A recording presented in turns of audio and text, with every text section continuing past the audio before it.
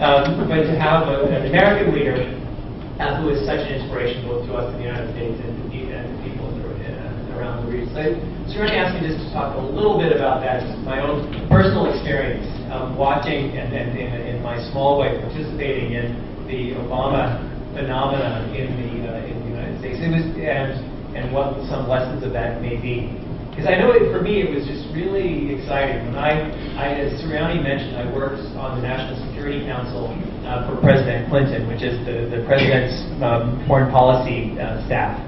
And when in the very, very beginning of the campaign season, it was announced, or Barack Obama announced that he was running, and Hillary Clinton announced first, and Barack Obama announced second. For me, when I had known a lot about Obama, and I had friends who worked for him, and just hearing him speak, I immediately had this sense, this is the guy. And it was just very, very kind of exciting. But at that time, it just seemed so impossible. And I know that I'm in Asia a lot, and so many people in Asia said, oh yeah, Obama's a great guy, but they're not going to let him win. They are not going to let him win. I always wanted to know, like, who are they? Like, how do I get hold of them? And I wish they had helped me when I was running for office.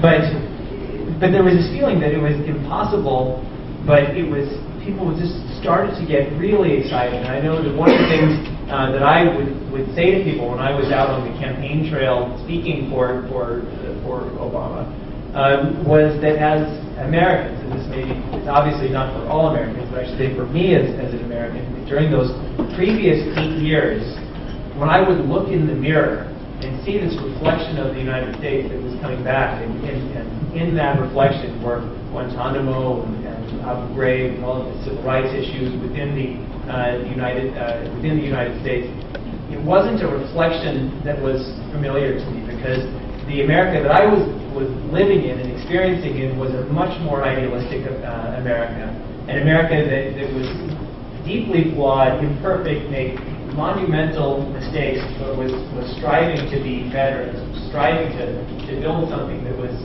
inclusive. And so when Obama came and started using that language, I think people got very, very excited. And one of the very interesting things about the American system, which is it's flawed in the sense that we have basically a 2.5 to 3 year campaign period for the presidency, and so you have to start years and years in advance. You have to raise millions of dollars, and people have always said that those structural issues are barriers to entry.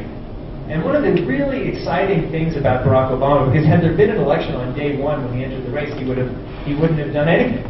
But it was those very things that seemed like impediments, this very, very long campaign period, which it seemed like, well, you have to raise a lot of money to participate, and you can get knocked out early so easily by people who have a stronger infrastructure.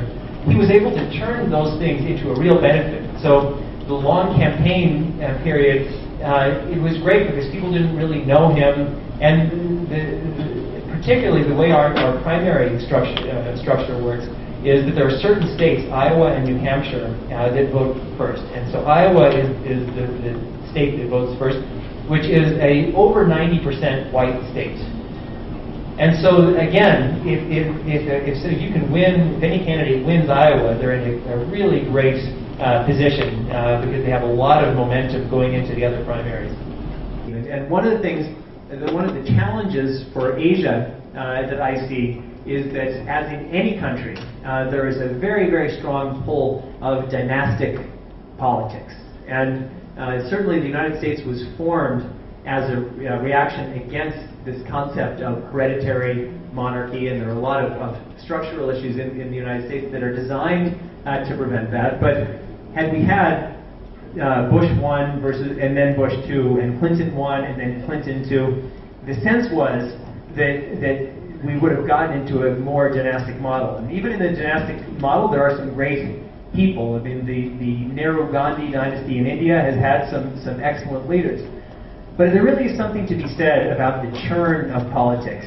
That someone like Barack Obama is really coming out of nowhere in these, and every society has Barack Obama's waiting in the wings. Every society has scores of Barack Obamas waiting in the wings, but the structural challenge is how can all of us, how can every society build a structure that can allow those kinds of people to emerge.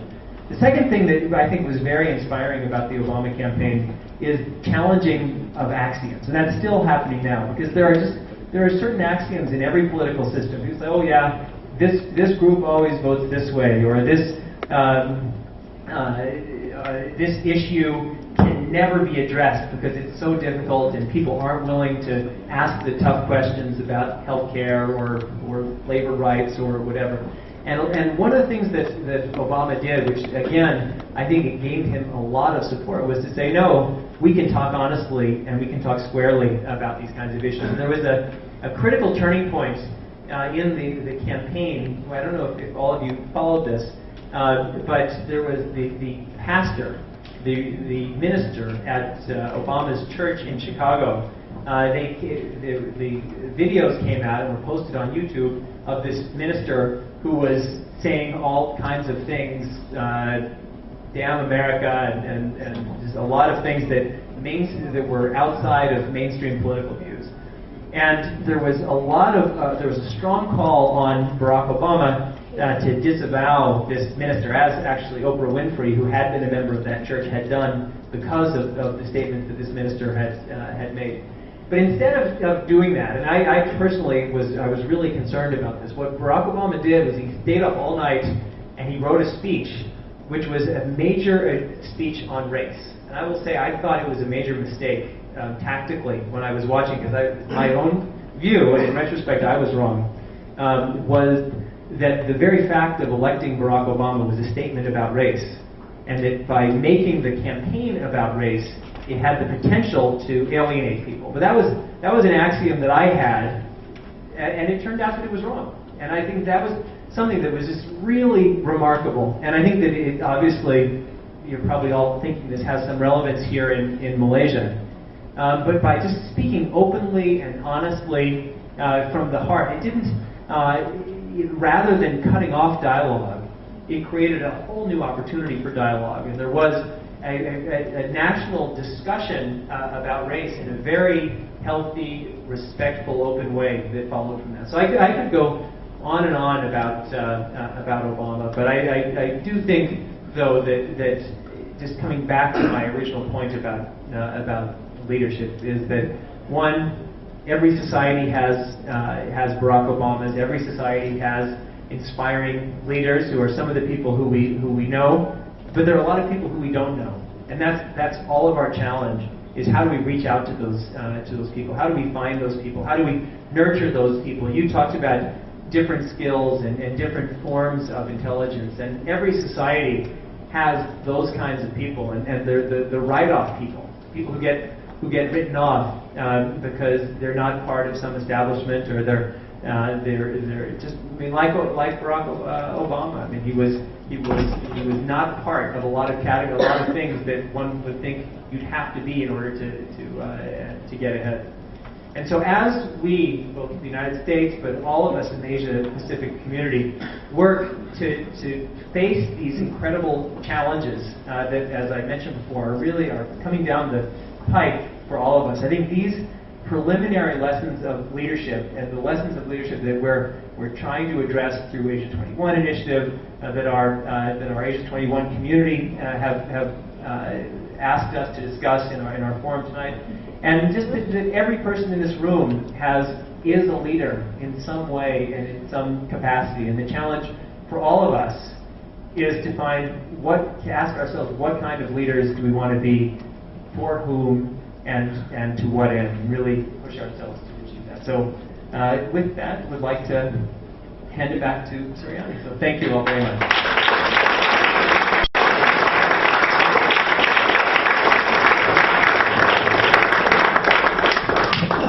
Thanks, Jamie.